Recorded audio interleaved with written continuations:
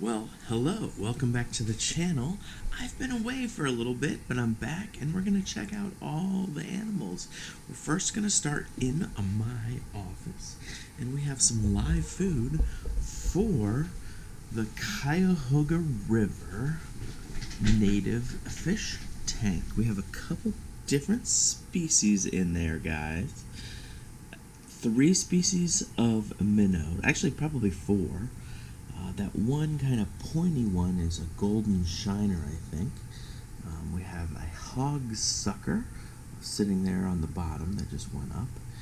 And we have some other minnow species. So let's dump some food in there. Oh yeah, we also have a yellow bullhead, which is under that rock. You may be able to see its white whiskers or barbels on its lower chin, and that's how we can identify the yellow bullhead. So I've got some defrosted frozen food that I'm gonna dump in, and we're gonna watch these guys go crazy and eat some of it. Hope everybody had a good work week. Here it comes.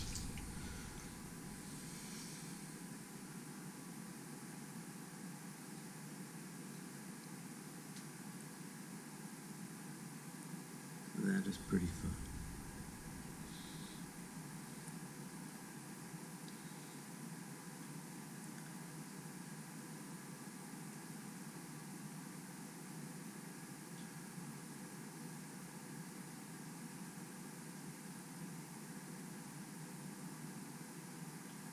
Oh yeah, there they got the cube.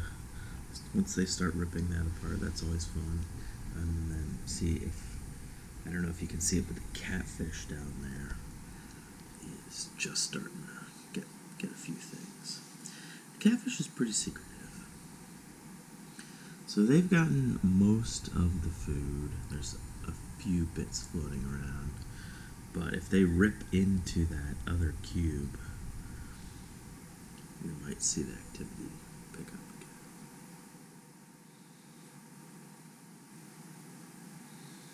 again. Hogsucker's a neat fish.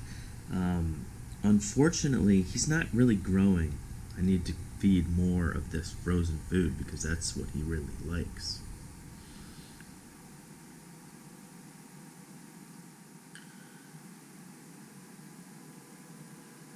There's the hogsucker. It's a neat fish. This is a neat tank. It's not very colorful. It's not very relaxing. These guys are kind of frenetic.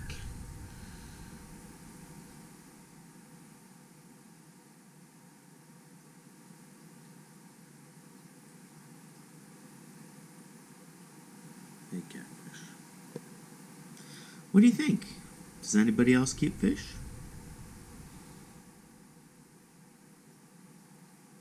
Oh. Okay, so see how that piece of food fell down by the rock? I think the catfish will come over and chomp it up.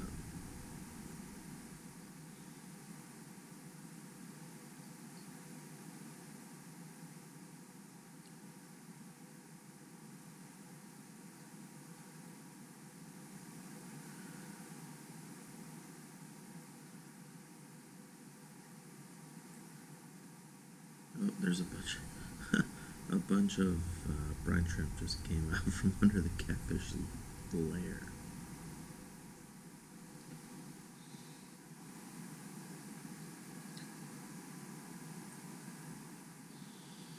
Well, there you go. That's our fish. That's my fish. My wife has some fish too. So, next we're going to look at the fire-bellied toad tank. This is a double stack, 20-gallon long enclosure, and can you see the fire-bellied toad just peeking out from the leaf? That's the smaller one. There are 2 males in here, and the other one is underneath that. I've had these guys since 2018, so 4.5 years. Unfortunately, I don't have a female, but this species is becoming really popular, and captive breeding efforts are underway because the species can no longer be imported into the United States. It was determined that they can be a vector of the chytrid fungus, which is wiping out our native frogs. So if you do have this species, don't put it outside. And you want to make sure you disinfect any substrate, any enclosure, anything that might come in contact with the outside. I'm going to get some black soldier fly larvae and feed it to these guys. We'll see how this goes.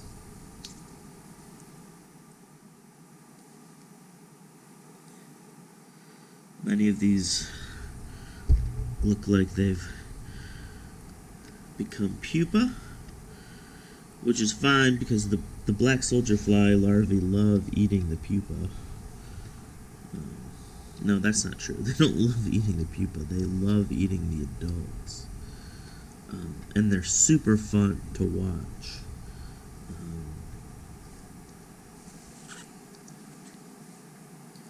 So, because I'm not finding too many, I'm just going to put this entire container in there and see what they do. This is the classic critter cage from Zilla. These things were a miracle when they first came out back when I was a teenager. Sometime along the line they were purchased by Zilla. I'm not exactly sure how that worked, but let's just we're just gonna dump this in here and just kind of spread it out.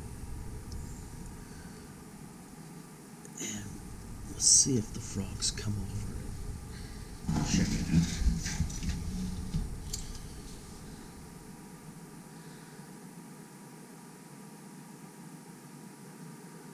The plants I have in here, I have the, I believe it's called the Marble Queen Pothos, or something like that. It's a beautiful one. It's a really nice pothos.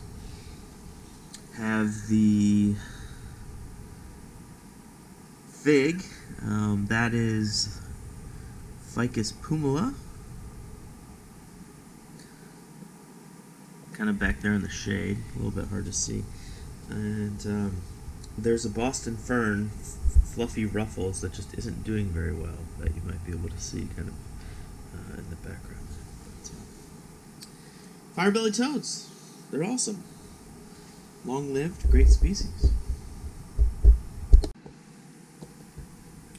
So, in this temporary enclosure right next door, we have a box turtle that will be headed to the rescue. We've named this one Dan. Dan the Turtle Man. Hi Dan, how you doing? It's a beautiful turtle. A couple other things, I have my elephant bush, one of my terrariums, actually two of my terrariums, some Ficus pumila that I am propagating. That's not doing quite as well as I'd like. I don't really see many roots coming, and then this this aloe, which is called Lavender Star. I got that at Lowe's for $10. And then over here, I'm propagating this.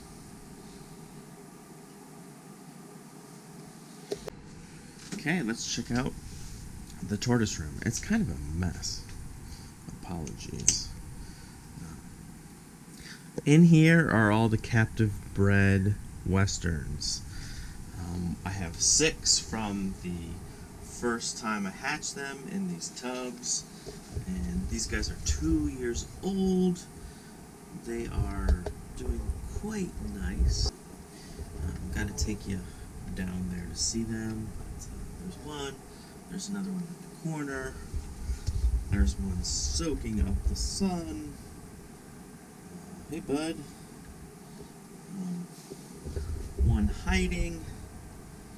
Can you see it? Spider plant got knocked over. A couple up here. One right there. And there's another one in here. Oh, he's poking his head out. Just out there. That's fine. I do use tubs for the hatchlings. Pretty, like, really simple setups, but they do really well in these. There you can see the little guy that hatched just last week. He's already starting to develop some of that, what we call marbling, and this is the earliest I've ever had one of the Western Hinge-backs do that, so that's really fun and really exciting.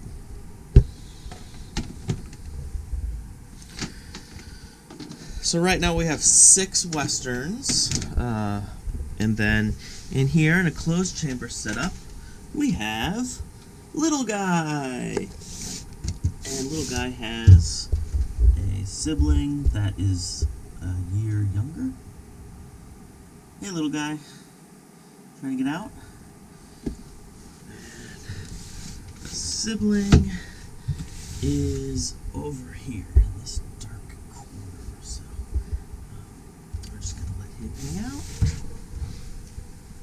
And then in the main room, lights aren't on, but the boys are there. Leo the box turtle is down there.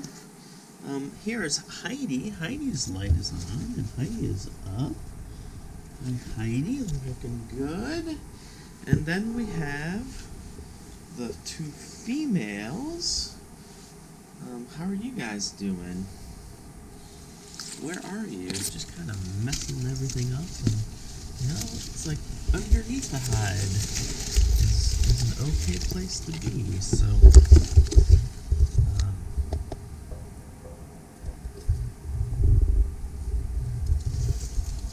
there you are. That's Blondie. I repeatedly called Blondie Brownie in the last video, and that's the problem with having similar tortoise names. And then here's Brownie.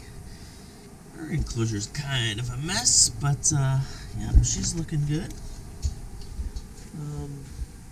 We've got the two Holmes Hinge-backs. They're kind of making a mess of these enclosures. I'm just gonna have to make them better, but the light is only on for about 6 hours a day, so the light is very bright when it is on, but it's not on for very much. Then we have the Homianas. Their lights are all off, and they're down in there. 3 in that tub, and then a pair in this tub. The Dracaenas are looking pretty nice, and that Boston Fern is doing pretty well too. So that is that. And then in here we have the quarantine area, and that is where that's the quarantine tub for the sick Belliana, and then this big enclosure for the one that is quote-unquote healthy. So that's it. I think we have a few more things to take a look at upstairs, some of the family pets. Okay, here's my wife's fish tank. Looks like we had the lucky bamboo, or Dracaena sanderiana, fall down. Oops, but this is all about the guppies, and this tank is starting to hum. Little baby guppies all over the place. It's been very fun to watch these, and many of the big girls have names. And how we started working with guppies is that I would buy them for the turtles. Specifically our baby Eastern painted turtle that we kept, and it got to a point where we just couldn't keep the guppies alive with the turtle. They would eat them all, and so we said, you know what? Let's raise some fancy guppies. So there we are. They're pretty cool.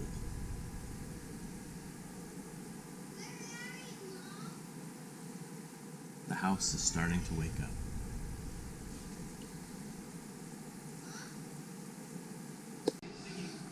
Here's some more of our plants. We're going to have an orchid bloom soon. Actually, 2 orchids, a dendrobium and a phalaenopsis. Here's my failed maidenhair fern, fiddle leaf fern.